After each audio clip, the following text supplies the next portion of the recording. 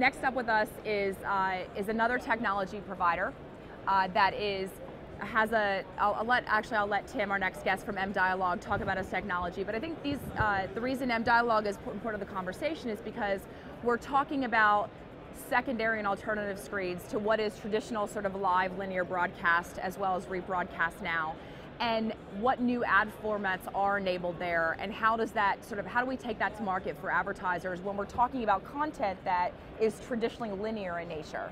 So I'll let Tim introduce himself and tell us a little bit about mDialog. Sure, absolutely. Thanks for having me. I'm Tim Street from mDialog.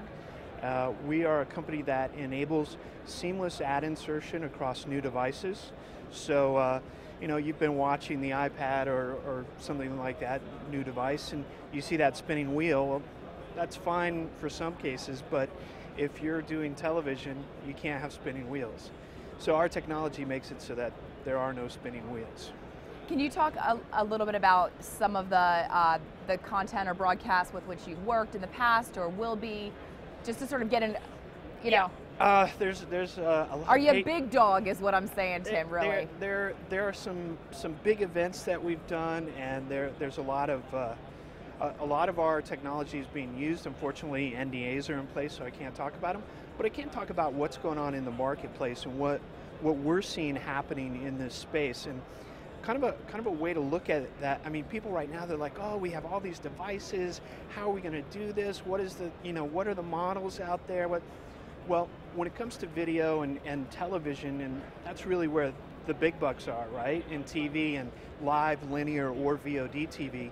And what we're seeing kind of translate in this environment, whether we're dealing with broadcasters or MSOs, or the programmers that are in the cable space, we're seeing it kind of play out like HDTV.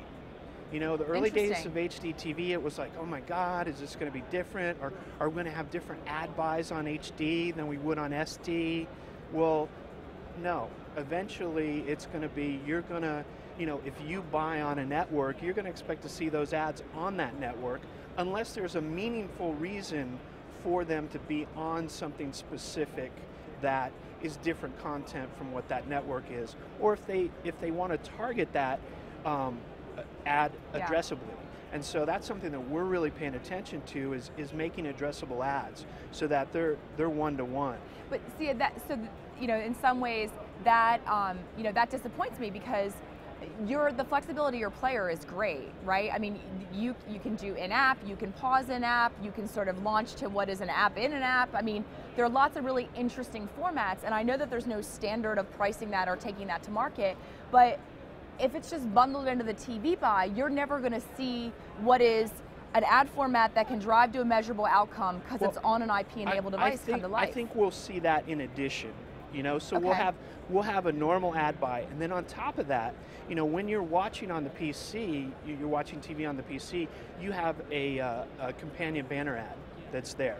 You have rich interactive media that can take place. You have interactive overlays that can take place on the PC. Well, what we've done is kind of tapped into that same model, but in HTML5.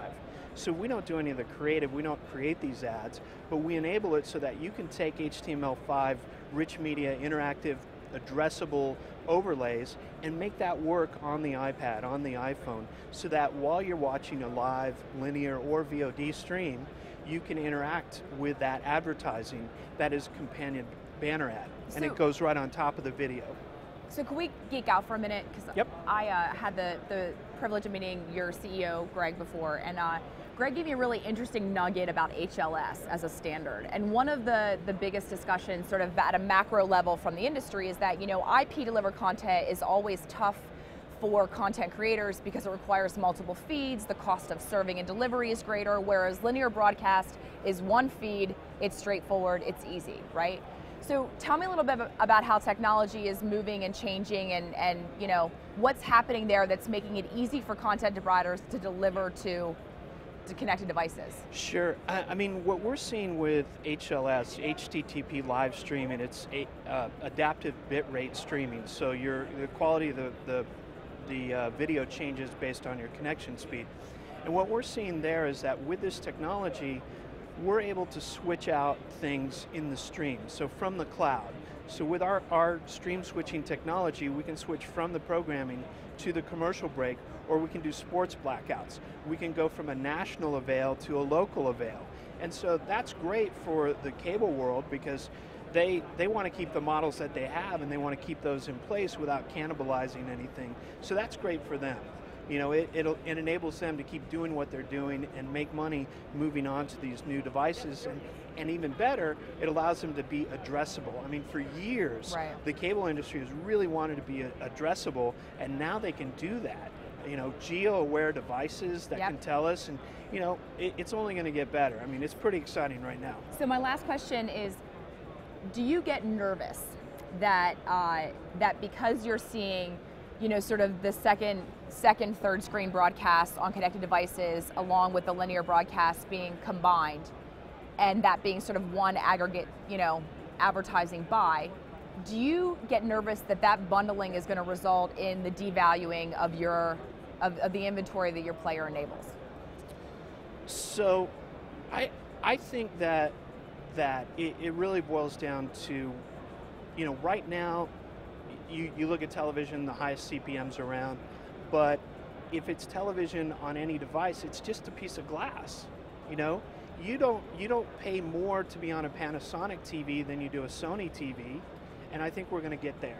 Okay, I think that's definitely going to be a continuing conversation. So, all right, Tim, thanks for coming. Thanks for having me. Your stylist and makeup artist did a great job today, so you look wonderful. I appreciate it.